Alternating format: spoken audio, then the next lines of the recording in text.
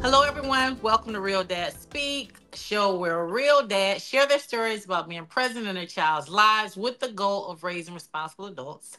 I am your host, Sarah McClure, and my guest today is Johnny Scott.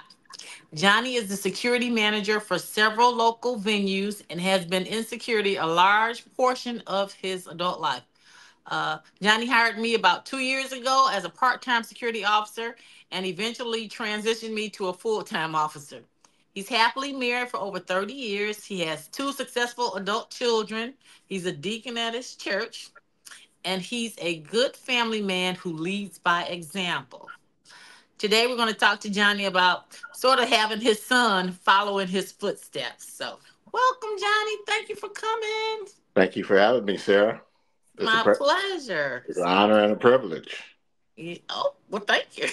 All right. So, how did you begin this long career in security? I kind of started out probably about 35 years ago as a kid working for the DSO, and I kind of grew into it. And they would let me go, I wouldn't let them go. I kind of did that. Started out part time. I was doing other things, working other jobs, and it just evolved from there. Okay. So, did you have relatives or neighbors that worked in security? I have relatives, neighbors that are police officers, sheriff's deputies. Law enforcement has been all around me all Okay. my life. All right. So, what did you want to be when you were growing up? You would be shocked. I wanted to be in the Secret Service. And after I saw one of the Secret Service men getting shot during Ronald Reagan's term in office, Oh, it was no longer for me. oh, okay. But I mean, that was still a good job to have. Oh yeah, it was Uh, definitely a good career path. It yeah, definitely get to was. talk. Look, get to talk in your wristwatch. That's right. The little earpieces. Chaperone the president, do some secretive things. Yeah. Yep, So you worked security and another job yep. most of. I did some brief stints for probably three or four different large corporations. One was GM, another Okay. one was American Axle, and another one was Federal Express. And I did probably about 10 years at a law firm doing process serving while I was going to college. Wow. So I was serving So subpoenas and divorce decrees and different things like that, flying in and out of town, going to different states, service subpoenas, federal subpoenas. wow. Was that the culture for young men with families, when you were young to have two jobs, was that how you guys it just I mean, it wasn't I know now you can barely get a guy to get one job, but Right, right. Yeah, yeah. back in the day, either you went to the military or you went to one of the plants. You went to Chrysler, Ford, or GM. So And why didn't you go? actually, I did go to GM for about 5 years. I went to American Axle for about 10 years, and I worked for Federal Express for about 8 years. So, Oh, okay. so I So kind of what was all I was kind of all over the road trying to find my happy niche, but I okay. always maintained my job at the DSO. So was your father in the plant? What did your father do? Yep, my father worked for Ford. He was a skilled tradesman, Okay. and he worked there and retired and moved to Atlanta. Okay. What about your mom? Was she a homemaker? My mom was a homemaker. She worked for Michigan Bell for some time, but pretty much she was a stay-at-home mom, taking care of her kids, her three Okay. boys and one daughter. Okay. And any of them at the plant? Nope, none of them were at the plant. Okay. Yep, All right. yep. All right. Are they in law enforcement? None of them are in law enforcement. Okay. I have many brothers that take me on as brothers, and one is Tim Banks, Yeah. and he's a brother, he's a friend. So actually, me and Tim started at the DSO around the same time in 1989, many moons ago. Woo. Yep, Yeah. yep, That's a long time. That's a long hmm time. yep. So now the culture is different with raising kids. Do you and your wife, how do you and your wife differ from raising your kids? Or do you differ from the way you raise your kids and the manner in which you two were raised by your parents? Is it different? A whole lot different? No, we always told them that good work, hard work always pays off. You know, you hit those books and you do those successful things and you work hard and God will lead the way and take care of you. Okay. All Yep. right. So most parents talk to their children and ask, "Did you hear me?" And the child says yes, and then proceeds to ignore what they heard. We know that communication is important in any type of relationship. So, how did you get your son to listen and to understand you? I think you said the key central word, and that is communication. Because communication is the key. And I'll give you an example that I give people all the time. When you go to Burger King and McDonald's, until you open your mouth and tell them exactly precisely what you want, they have no earthly idea what you may want. So until you say, I want a Big Mac or a Whopper with cheese, they have no idea. And so communication has always been the key. Communication has always been key essential with us and the way we grow. If you want me to understand something that's going on in your life, you have to tell me. You have to explain it to me, break it down so I understand it. And so we've always had an open door, just like we never go to bed angry at one another. We always say, hey, if you're angry at me about something, hey, what happens under this roof stays under this roof. Talk to me about it so we can try and work it out because I don't want you to go away mad or go away angry. But I also have to realize that me personally, as a father, I had to instill in my kids that I'm not your friend, I'm your father. And so it took some nurturing and loving, and they will tell you today they get it. That Okay. my dad is a good, kind, loving man. And yeah, he may put his foot down every now and again, but at the end of the day, he loved you unconditionally. All right. So the goal back then was to have a comfortable life for your family, and now that you have achieved this with these 3,000 jobs that you have, We, uh, we, we, we, we.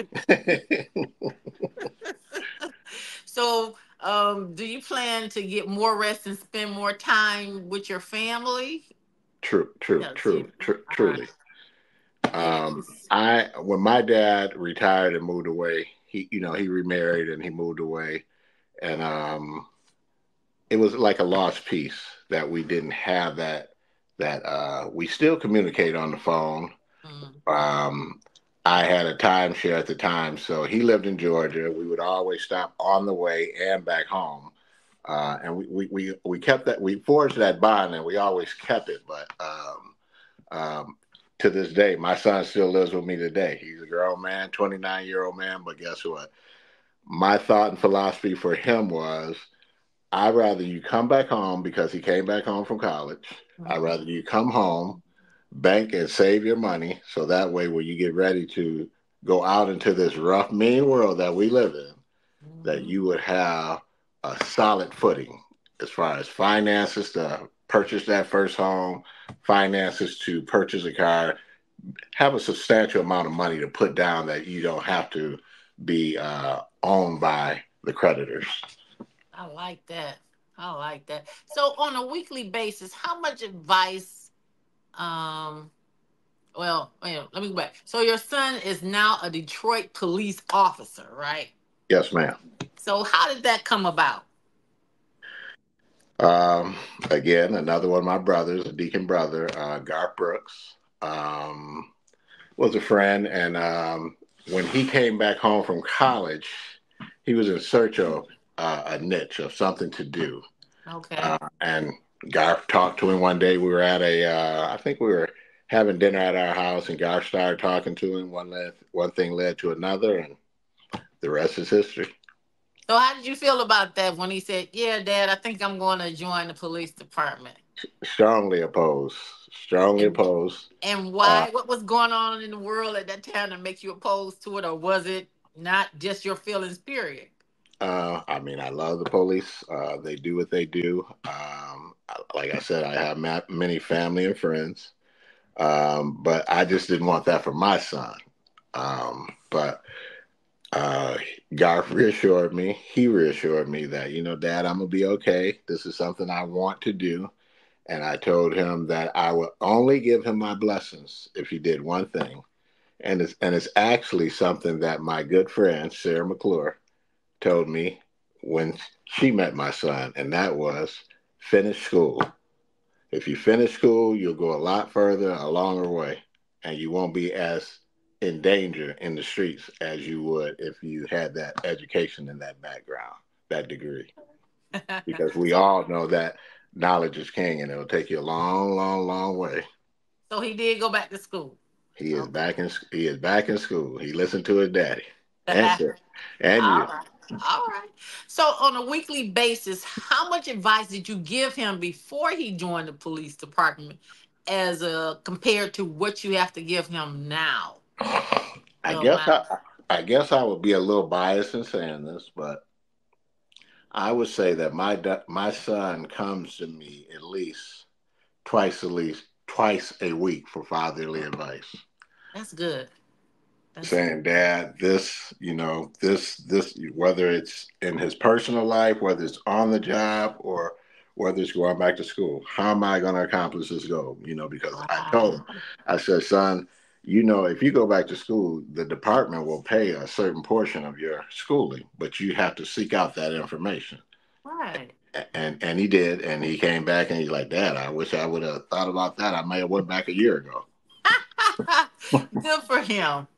Yes, So does he always come to you with big decisions or is it both big and small?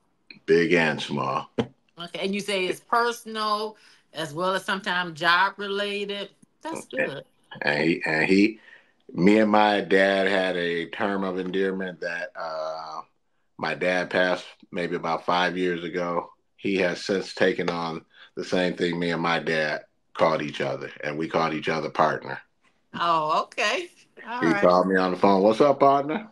I'm like, "What's going on, partner?" So how did you form this bond and last so long? What did I mean? Because like he's 29, he doesn't have any children, but you guys are like thick as thieves. How did you form it? How did you and your dad? How did you get to this point where y'all like best friends or pretty close? Um, I've always supported him in everything he did, good and bad, which wasn't much bad, Good. and of course that I knew of. And he was just always a good kid. He was always, I mean, everything he did, whether it was in football, baseball, I mean, he was athletic. That's one thing about the police department that they love about him. They found out he was a track star. Every time they have an issue, they sit him outside the house. If somebody gets out of that house, you got to chase them down. And he's, he's, he's proven himself time and time again, two or three times. So, he's making his own name on the force. Okay. And I would be remiss if I didn't talk about my daughter as well. My daughter is a manager for GM. Both of them kind of followed in my footsteps. Both of them kind of worked for. I did a stint for Federal Express. They both did a stint for Federal Express. And my daughter is now working at GM. I did a stint at GM. I was a manager there. She's a manager there, and both of them are good, well-educated kids that are God fearing, God loving, parent loving, and we just raised them to do right. Right is right and wrong is wrong. Have they been in the church all their lives as well? They have been, but they haven't found their way back. The millennials are and Gen X's are a little bit different when it comes to the church. They still believe in God. Right. They pray daily. My son got in a situation, and he called out to God, and there for the grace of God, here he is still with us today. All right. Yeah, All right. Now, who's the oldest, your daughter or your son? my daughter is the oldest. Okay. All right. And you say you and your dad had a bond. Was it from when you were real little? Because you've had brothers and sisters. You had more brothers, right? Yep, yep. I have three brothers and one sister, and my Now, sister. where do you And my fall? Are you the sister. oldest boy or the youngest or in the I middle? I was the youngest. I was the baby for 10 years, and then my younger brother came along. Okay. But And how did you form this bond with your dad? What What just, I mean, or just he's like that with all of your siblings? Y'all just He just taught us a good work ethic. He always went to work. He always provided for us, made sure we were safe, okay, and we had the things that we needed as far as growing up in life. so when he came home from work, did you guys just go to the kitchen table while he was eating his dinner and pick his brain, or was he able to have weekends off where you can go to the park and spend more time with him? What did you Yeah, guys do to fix this bond? yeah. It was more weekends where we, when he had the time off and he was off for the weekend, that we would sit down, have a meal together, talk, and talk about social things, school, our daily lives. Okay, that's good. So you say you give your son a lot of advice. What did you give him, or you told him about money, young ladies, and having his own means to take care of himself? Were you more specific in telling him by this age, or now that you're this age, you should do X, Y, and Z? Yeah, I really don't want to put his business out there, but Oh, you, okay. I think you're in Okay. search. I think you're in search of something that is going to not only help in what we're having our discussions about, but it will help other young people that are watching. Yeah. And that is that he came to me and he said, "Dad, I'm 29 years old. Most of my friends are getting married. They have kids. They have their own homes. I'm falling short." I said, "Son, truth be told, I didn't get married to your mother until 31." I was like, "So you still got a few years to catch up and to make up." I was like, "And don't feel like you failed. Just feel like you're working hard, and you will have a better nest egg when it comes time to Right. being able to get that first home, or being able to." And actually, another thing that me and him just recently talked about is I have a few investment properties, rental properties. Hmm. He wants to do that. That's another step he wants to do. And he asked me, well, how do you do this? How do you do that? And I gave him the breakdown and ran it down and told him. And I was like, along with being a police officer, you also could take on a skilled trades as an electrician, a plumber, because it's expensive when you have to hire Yes. somebody to do it unless you have a great handyman, which you and Hmm. I both know there are a few handymans that I have that aren't trying to rake you over the coals. Some are, but so he's thinking about becoming an electrician. Okay, Yeah, that's good. Yeah, keep him busy and keep that money in his pocket. Because when I bought my first house, my brother told me, he said, "You gonna have to learn how to do some of this yourself. Otherwise, it's gonna be more expensive than you realize." So you will be changing, house poor trying to keep up. yeah, learn how to change the what do you call that? The air filters on the furnace On and the the washers on the sink, stuff like that that you have to do, changing the yearly keys or to the door. yeah, or biannual. Yeah, it's a lot of little stuff you can do yourself, and you don't have to, pay somebody $20, $30 to do something that takes 2 seconds to do. Right, So yeah, exactly. Yeah, because you walk yeah, away disappointed. Somebody come in your house and they say, "Oh, let me run to Home Depot." They come back with the part, and 10 minutes later they back out the door, and you just gave them $100 yes, for $100 worth of work, hours worth of work. yeah. But we know the reason why we have to do is because they know what to do with it. Right. That we're paying for their knowledge and their That, skills, that's right. not the time. That's Because even though time is valuable, we yeah, we they got learning they got a that. special skill set. Exactly, exactly. Hmm. Now, your daughter is a manager. What type of advice did you give her? The same for having your own and Yeah, and actually, we decided to not only just me and him to take on the investment, but we've done it as a family. So now, my oh, wife, my wife, my daughter, and my son, we all contribute a certain amount, and so that amount has probably got up over a year to like $20,000. So we're looking to purchase our first home okay, in April or May when the weather breaks and wow. the houses go back on the market. And this is a family venture. This is Wow, a family venture. Yep. wow. I don't know too many families that do that, but that's No, beautiful. Yeah, especially black families. yeah, yeah. This Mm-mm. is true. Yeah, Mm-mm. because we usually are borrowing from one another. That's right. That's right. That's we're, right. we're borrowing from one another. Yeah, But that's a lot. if you get a good LLC and everybody does their part and Right. everybody pays their portion, then everything will be just fine. Yeah, yeah. Yeah. So being in security so long, have you ever come close to real hard, well, life threatening situations? Yeah, a multitude of times. Wow. Well, But you do work in the midtown, so yeah, yep, yep. And you know the key essential is de-escalation and to try yeah, and talk the person off the ledge because a lot of times people just want somebody to talk to. It's even in the church. They just yeah, want a good listening ear, somebody that's gonna listen to them, hear them out, and they're good. yeah. When I came from Sometime it works, and then sometimes, hey, some people just are determined. They want that three bed in the cot, yeah, three meals in the cot. yeah, We, yeah, we we hate to go that route, but it is what it is. yeah. You got any funny stories that you could share that won't cause anybody any harm? Funny stories. Um, no, I couldn't say I have any funny stories. Any really weird ones? I could give some enlightening stories about many celebrities I've met Oh and yeah. chaperoned Okay. working for the DSO, and Oh that goes from Aretha Franklin, Al Jarreau to just recently Vanessa Williams.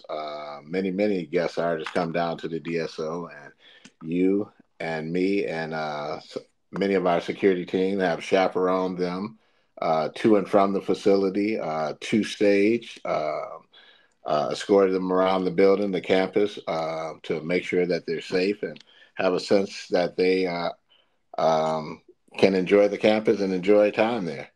yeah. Yeah. So I have many memorabilia as far as pictures and signed autographs and things of that nature that bring me great joy. Yeah. Uh, Vanessa came to town just recently. What was that? Maybe a couple months ago. And when I went to pick her up from downtown, there was a guy there waiting with a photo album, and he just wanted her photo album, but she was kind of spooked because all the stereotypes about Detroit. Oh, and I reassured her, don't worry about it. He's just harmless. He just wants to get your autograph. But if you don't want him to get it, don't worry about it. So when I got out of the car, I was like, don't walk up on the car. If she wants to sign it, she'll sign it. She's like, just get the autograph, get the album, and I'll sign it. He had to come back later and get it. So she signed it. You know, he was nice, she was nice, and so I played nice. Yes. Yeah. Yeah. I know there were some situations where you probably didn't want to, Right, ruffle right, anybody's feather, but you had to. So, right. Oh yeah. yeah, truly. But Yeah. it has been exciting and joyful, and I've gotten the opportunity to meet great people like you. Thank you. Same here. And we work with many people that work in the law enforcement and the fire department, and it's been joyous to work for the DSO because where else can you go and get free tickets all the time when you want to go to these events that you can take care of your family, friends, and your children. Yeah. Yeah, and so Nice, there's nice discount. Yeah. nice discount. Yep. Yeah. I know I like it. Oh, you're still there. I ain't letting you go. I'm not letting you go. I'm putting Yeah. that on the record. All right. So you've got this great bond with your kids, especially your son. So how do you show your children love? I show them agape love, which is godly love. Um, I just nurture them, love on them. When those times came for college and for that first car and probably for that first home, I was there and will always be there. And there's not a problem that is too big that we can't solve if we talk about it.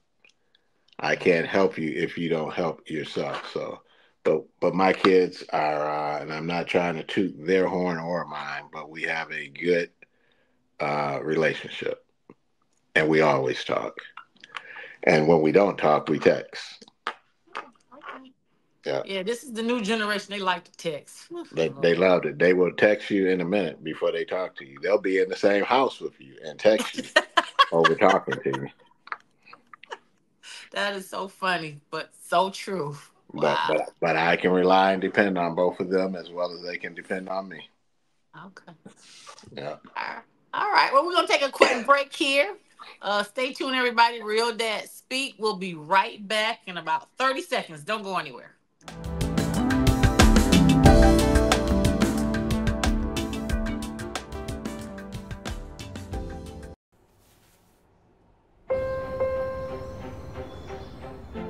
My name is Sean Williams, and I am the founder and president of the Dad Gang Incorporated. The Dad Gang is a support group for Black fathers, and we are on a mission to change the way the world views Black dads. I do agree there's a misconception about Black parents.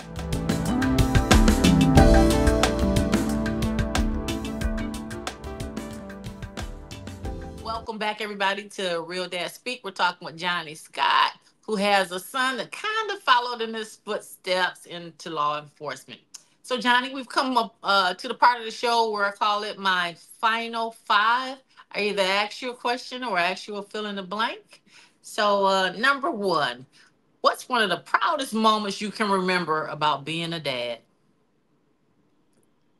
Um, my children's birth, Ah, bringing them into the world. That was a proud moment. okay. All right. Number two, what's one of the hardest lessons you learned while growing up? Whew. Everybody ain't your friend. Okay, that's a good lesson to learn. That's a good lesson to learn. Yep. Number three, what's the best advice you received about being a dad? Best advice about being a dad. Hmm. When people found out you were having a child, did your dad or your mom, did your uncle tell you, man, you got to know X, Y, and Z? Or like they'll tell you, they don't stay babies long, so you better enjoy the time with them while you can.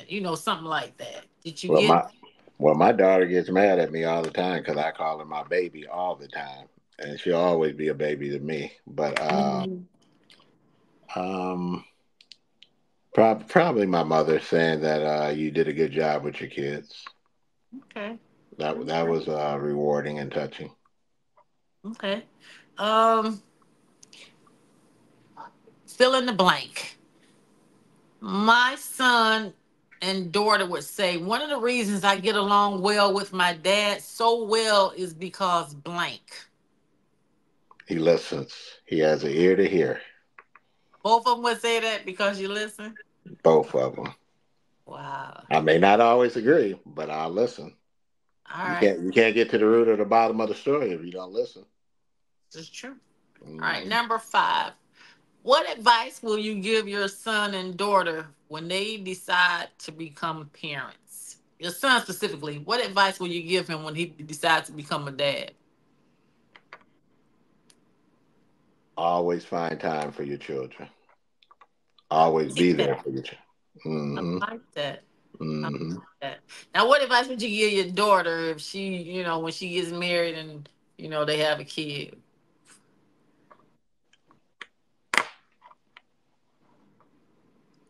Mm. Okay, what advice you gonna give her about selecting her spouse? What should she look for other than somebody just like you? Because you're already I, taken. yeah, and honestly, I think she has not found that right spouse because of me, and I say that is every man that she holds up to me. They have to meet the standard as far as how I live life and how I treat my wife and my queen, who I've Right. been married to for 31 years. Yeah. Yeah. Yeah. I have a coworker like that. She said her dad raised her right. And before she met this guy she's dating now for over 3 years, she says she'd be like, "Oh no, I don't have to put up with that. Oh no, my daddy told me I don't have to do this. No, no." So she said she went through quite a few guys, trying to date her, and she said it didn't last long Right. because of her dad. Hmm. And this young man that she's with now, he met her dad well, the standard her dad taught her. Right. So And yeah. it's a high bar. It's a Oh high bar to achieve. yeah. Yeah, and they taking it slow, so that's good. Yes, Yeah. indeed. Well, thank you for being a family man and dedicated dad that you are. I appreciate you coming on and Not a letting problem. us know how you raised two successful children, which along with your wife. Yeah, Amen. yeah, and keeping them out of the jailhouse, which is That's yeah. a feat in itself. Yes, yes, yes, yes. So Yeah. thank you, Johnny. Thank, Appreciate you. thank you, Thank Sarah. you. You're Yep. welcome. You take Thank you, care, everybody. You too. and Thank we'll you, see you. everyone, for listening to Real Dad Speak. We'll be on YouTube every Tuesday, 7 p.m. with a new episode. And make sure that you like, share, and subscribe to Real Dad Speak on YouTube. Thanks, and we'll see you at the next time, the next episode. Thank you, Sarah.